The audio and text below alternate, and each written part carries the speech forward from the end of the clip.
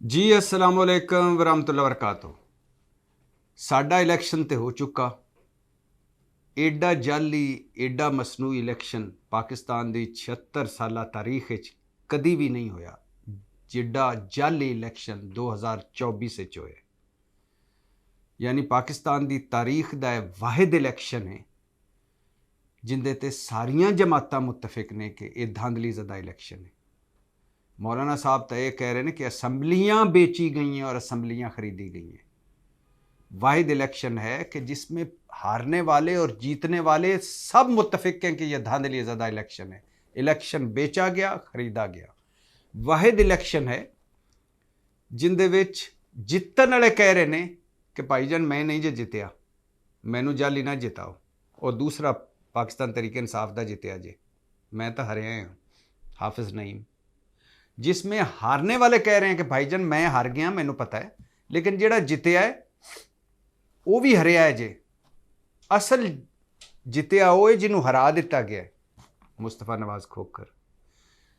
वाहिद election है जिसमें लोग कह रहे हैं कि हमें भी जाली जीत की ऑफर हुई, लेकिन हमने कहा कि यार ज़मीर इजाज़त नहीं देता इस जाली जीत से असम्बली में बैठने की।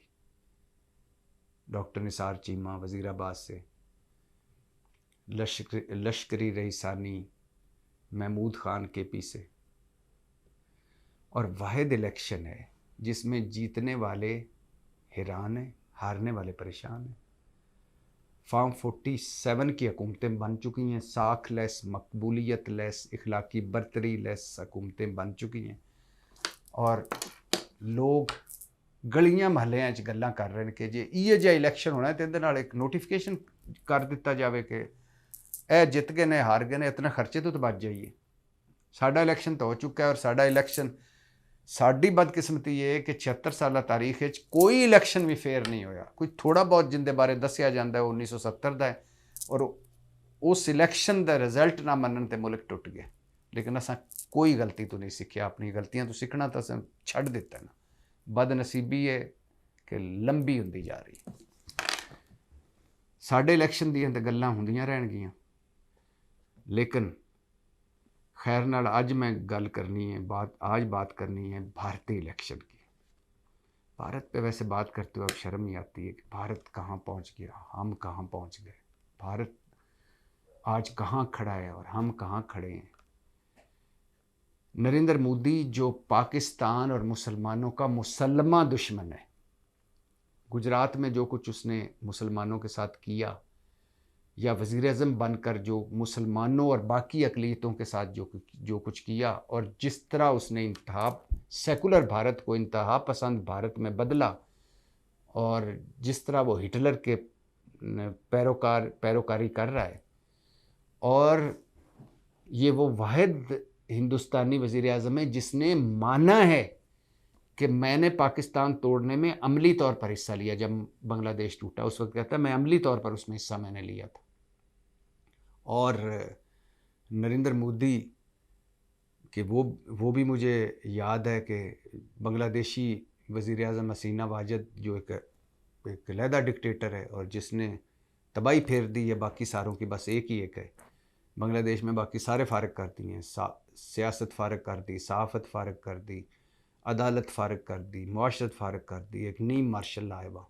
तो बांग्लादेशी वज़ीर आज़म के साथ उसने एक बैठ कर मुआहदा करना था। जब मुआहदा साइन हो रहा था तो उसने उस नरेंद्र मोदी और हसीना वाजद ने उस तस्वीर के आगे बैठ कर मुआहदा साइन किया, जिसके पीछे वो तस्वीर बड़ी सी पेंटिंग लगी हुई थी, और वो तस्वीर थी कि जब हमारी फ़ौज ने सरेंडर किया था ढाका पलटन में, और जो दस्तखत करते हुए तस्वीर थी।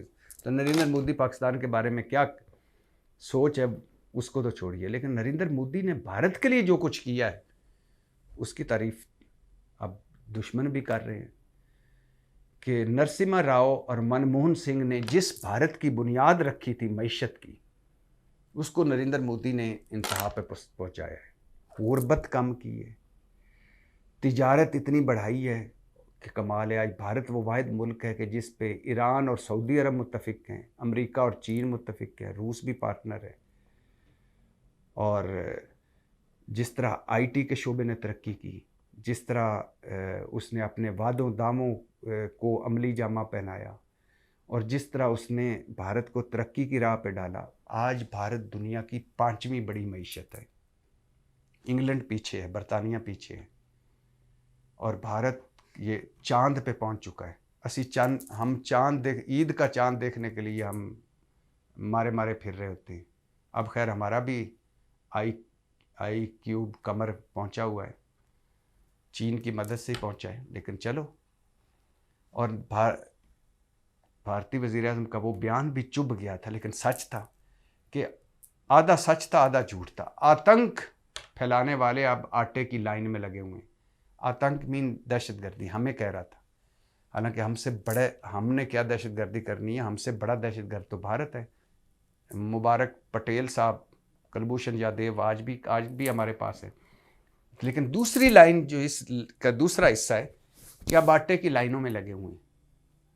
शर्म आती है। किसान रुल गया हमारा, ज़राअत रुल गई, हर शोबे रुल गया। तो आज बात करनी है IMF को 90s में गुड बाई कहने वाला और भारत जो 5वीं बड़ी मईशत है, IT के शोबे में, सफारतकारी के शोबे में, तिजारत के शोबे में, मईशत के शोबे में, तो ये हाल है कि 650 अरब डॉलर के ज़र मुबादले हैं और अरब पतियों में दुनिया में तीसरे नंबर पर भारत है। और उनका एक मुकेश अंबानी हमारी पूरी मईशत का 40%। आप इससे अंदाज़ा लगाएं। भारतीय इलेक्शन हो रहे हैं और 2600 से, ये बताता चलूँ कि 2600 से ज़ायद सियासी जमातें हैं रजिस्टर्ड भारत में, और 96 करोड़ 90 लाख वोटर हैं। हमारी कुल आबादी है 25 करोड़ और उसमें से भी 6.5 करोड़ वोटर हैं। और भारत के वोटर कितने हैं? 96 करोड़ 90 लाख वोटर हैं, दुनिया की टोटल आबादी का 10%।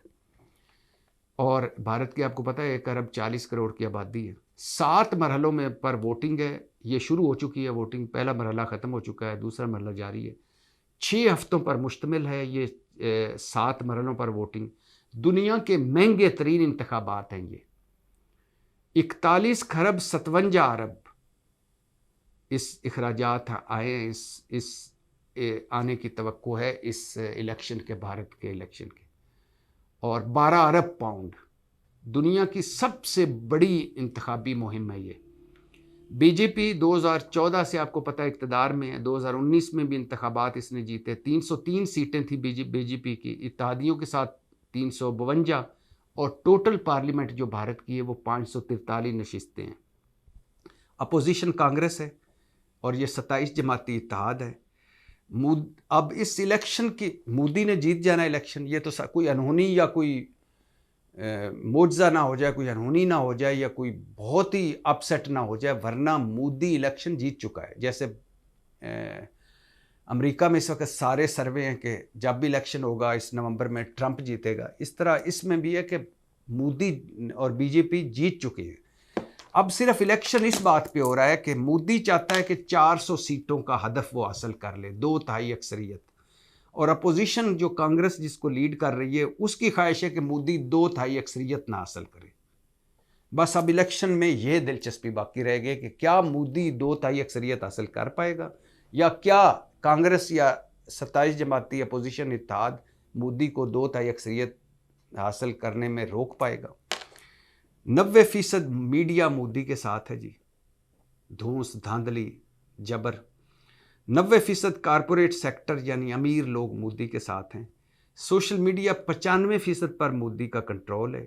इंटेलिजेंस, आर्टिफिशियल इंटेलिजेंस बीजेपी को बरतरी हासिल है। RSS के लाखों रजाकार जो हैं इंतहा पसंद मैदान में हैं। और कांग्रेस अपोजिशन जो है, जो 27 जमाती इत्तेहाद है, मोदी के मुकाबले में अभी तक कोई मुतफिका वज़ारत आला का चेहरा सामने नहीं ला सके। रियासती जबर का शिकार है अपोजिशन, अंदरूनी इंतशार का शिकार है अपोजिशन। आम आदमी, अब ये जबर कितना है कि आम आदमी पार्टी के सरबराह अरविंद केजरीवाल एक मरतबा गिरफ्तार हो चुके हैं। दिल्ली के नायब वज़ीर आला गिरफ्तार हो चुके हैं, वज़ीर सेहत गिरफ्तार हो चुके हैं, आम पार्टी के लोकसभा के रुकन जेल में हैं। लालू प्रसाद यादव 1955 का उस पर केस खुल चुका है, बिल्कुल वही जो तरीके इंसाफ के साथ मिलता जुलता। और कांग्रेस पार्टी का अकाउंट फ्रीज किया जा चुका है। और मोदी ने पीछे पुलिस और अपनी एजेंसियां अपोजिशन के पीछे ऐसी लगाई हुई हैं कि 25 से 80 शख्सियात जो है ना अपोजिशन की, वो हुकूमती मुकदमों हथकंडों से तंग आकर बीजेपी में शामिल हो चुकी हैं। अब मोदी इलेक्शन में सारा कुछ करके कि मैंने ये किया, मैंने तरक्की दी, मेरा ये वादा है, और फिरका वारियत का कार्ड भी इस्तेमाल कर रहा है और मुस्लिम दुश्मनी का कार्ड भी इस्तेमाल कर रहा है। और मोदी का नारा है, मोदी है तो मुमकिन है, और इस नारे का तोड़ अभी तक अपोजिशन के पास कोई नहीं। मोदी 2/3 क्यों अक्सरियत हासिल करना चाहता है? क्योंकि वो इंतखाबात जीत कर सेकुलर आइन में तब्दीली लाना चाहता है, भारत के हिंदू राष्ट्रीय का क़याम लाना चाहता है। कि आपको पता है ना कि मोदी ने मुसलमान तारीख़ में मुसलमान हीरों को विलन बना दिया है। मुसलमान जो शहरों के जो मुसलमान हुक्मरानों ने साबका माजी में नाम रखे थे, वो नाम बदल दिए हैं। हिंदू तारीख़ में से मुसलमानों को निकाल दिया है। सारे बड़े बड़े जो कारनामे थे, जो पहले जो मुसलमान हीरो कहलाते थे, वो विलन बना दिए हैं। अब वो चाहता है कि आइन की मैं तब्दीली करूं 2/3 अक्सरियत लेकर, और सेकुलर भारत को हिंदू राष्ट्रीय का में ढालूं, यानी एक राजा, एक कानून, एक किताब। अगर मोदी जीत गया तो कहा जा रहा है कि ये भारत का आखिरी निस्बतन फेयर इलेक्शन होगा, ओपन इलेक्शन होगा, खुला होगा। ऐन मुमकिन है आइंदा अगर मोदी जीत गया तो आइंदा ईरान, रूस, चीन जैसे जितने जमहूरी इलेक्शन हों, यानी जितने वहाँ इन मुल्कों में जमहूरी इलेक्शन होते हैं, इतने ही फिर भारत में होंगे। और इससे आपको एक मिसाल देना चाहता हूँ कि मोदी किस तरह भारत पे छाया हुआ है। इलेक्शन कमीशन अरकान, जो इलेक्शन कमीशन का हमारा साडा तो बिल्कुल ही गया गुजरिया कम हो गया ना। भारत का इलेक्शन कमीशन मजबूत है, लेकिन अब मोदी ने क्या कार्रवाई डाली है कि इलेक्शन कमीशन अरकान का इंतखाब, पहले क्या होता था कि चीफ जस्टिस, वज़ीर आज़म और कायदे हिज़्ब इख्तिलाफ, ये तीनों मिलकर चीफ इलेक्शन कमिश्नर और इलेक्शन कमीशन अरकान मुंतखब करते थे भारत में। अब मोदी ने कानून में तरमीम कर दी है। अब वज़ीर आज़म होगा, उसमें कायदे हिज़्ब इख्तिलाफ होगा, और चीफ जस्टिस की बजाय वज़ीर आज़म का नामजद करदा कोई वज़ीर होगा। एक वज़ीर आज़म, एक वज़ीर आज़म का नामजद करदा कोई वज़ीर, और एक कायदे हिज़्ब इख्तिलाफ। अब कायदे हिज़्ब इख्तिलाफ जितना भी वोट डालता रहे कि इस बंदे को चीफ इलेक्शन कमीशन नहीं बनाना, इसको इलेक्शन कमीशन का रुकन नहीं बनाना, लेकिन 2 वोट होंगे मोदी के पास, एक वो अपना वोट और एक उसके वज़ीर का वोट। कानून में तब्दीली होगी, लिहाजा वो आसानी से अपना इलेक्शन कमीशन मुंतखब कर लेगा। मतलब हिज़्ब इख्तिलाफ के मुकाबले में हुकूमत के 2 वोट, मतलब हुकूमत के मनपसंद इलेक्शन कमीशन लाने की राह हमवार हो चुकी है। इस तरह मोदी बारीक कार्रवाइयाँ डाल रहे हैं। और अगर मोदी जीत गया, 2 सूरतें हैं। एक तो है कि मोदी जीत रहा है, लेकिन अगर वो 2/3 अक्सरियत ना हुई तो हो सकता है कि भारत, सेकुलर भारत बच जाए। ये जो अक़लियतें हैं भारत की, इनको कोई थोड़ा सा रिलीफ मिल जाए, और जो मोदी करना चाहता है, यानी भारत का आइन में तब्दीली करना चाहता है, वो ना कर पाए। और अगर मोदी 2/3 अक्सरियत से जीत गया तो फिर ये आखिरी ओपन इलेक्शन होगा, आखिरी खुला इलेक्शन होगा, और फिर भारत बाकायदा तौर पर निसाबी किताबी राष्ट्रीय, मतलब इंतहा पसंद हिंदुत्व का मॉडल बन जाएगा। पाकिस्तान जिंदाबाद।